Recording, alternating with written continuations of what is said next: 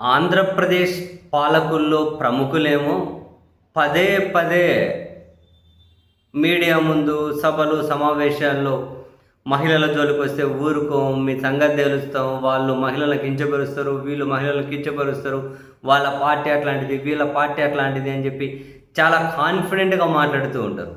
క్షేత్రస్థాయికి వస్తే మాత్రం వాళ్ళ పార్టీలకు సంబంధించిన వాళ్ళు ఎంత దారుణంగా చివరికి వాళ్ళ ప్రత్యర్థి రాజకీయ పార్టీల్లో ఉండే మహిళలను కాదు, ఆ నాయకుల్ని కాదు, వాళ్ళ ఇళ్లల్లో ఉన్న వాళ్ళను కూడా చాలా దారుణంగా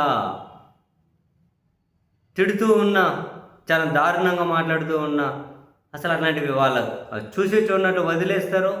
లేకపోతే వైసీపీ వాళ్ళు పదే పదే విమర్శించినట్లు ఆ పార్టీల పెద్దలు ఇటువంటివి ప్రోత్సహిస్తారో తెలియదు. చాలా దారుణంగా ఇప్పుడు తాజాగా చూడండి, వైసీపీ నాయకురాలు మాజీ మంత్రి రోజా గారి కుమార్తె ఎక్కడో ఆమె ఫారిన్‌లో చదువుకుంది, అక్కడ ఉంటారు. ఎక్కడో దగ్గర తన సోషల్ మీడియా ప్లాట్‌ఫామ్ మీద ఏదో ఒక ఫోటో పెట్టింది. జస్ట్ మామూలుగా స్కర్ట్ ఏసుకొని. అదేమన్నా భూతా? ఆ ఫోటోల చుట్టూ రకరకాల కామెంట్లు. అసలు సోషల్ మీడియాలో కొన్ని స్క్రీన్ షాట్లు తిరుగుతూ ఉన్నాయి. కొందరు రాసినటువంటి పోస్టులు. నిజంగా భయమేస్తది. కొన్ని రోజుల పాటు బాధ అనిపించేది, జాలి అనిపించేది వీళ్ళని చూసి. ఇప్పుడు భయమేస్తుంది. భవిష్యత్తులో ఇంకెంత దారుణంగా ఇటువంటివన్నీ ముదరబోతున్నాయో, ఇట్లాంటి సైకోలందరూ సోషల్ మీడియాలో, ఇట్లాంటి సైకోలందరూ సమాజంలో జరుగుతుండే పరిస్థితి ఏంటి అని.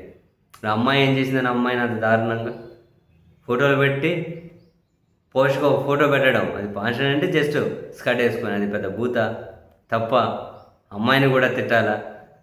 వాళ్ళ అమ్మగారి మీద కోపం ఉంది అనుకుంటే అధికారం ఉంది, వ్యవస్థలు ఉన్నాయి, ప్రయోగించండి. ఎవరు వద్దంటున్నారు? తప్పు చేసిందా చట్ట ప్రకారం చర్యలు తీసుకోండి. ఆమె మీద అధికారం ఉంది కదా, చర్యలు తీసుకోండి. ఎవరు వద్దంటున్నారు? మరి వాళ్ళ కూతురు మీద ఎందుకు ఇవంతా? భలే ఆశ్చర్యం అనిపిస్తుంది లేండి.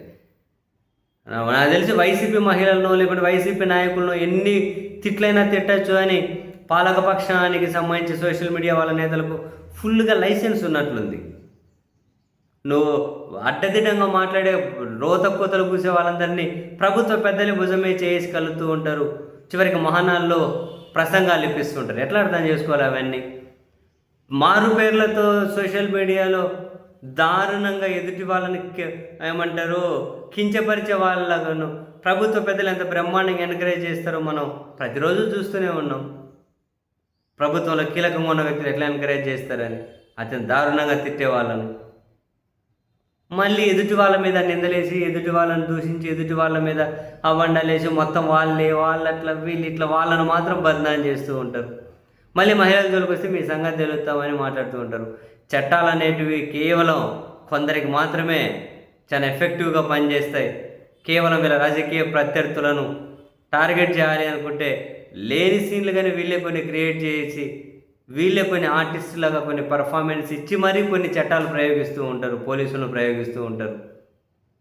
కానీ వీళ్ళు తిడితే మాత్రం అదంతా ఒక పవిత్ర కార్యంలాగానే భావించాల్సి ఉంటుందేమో.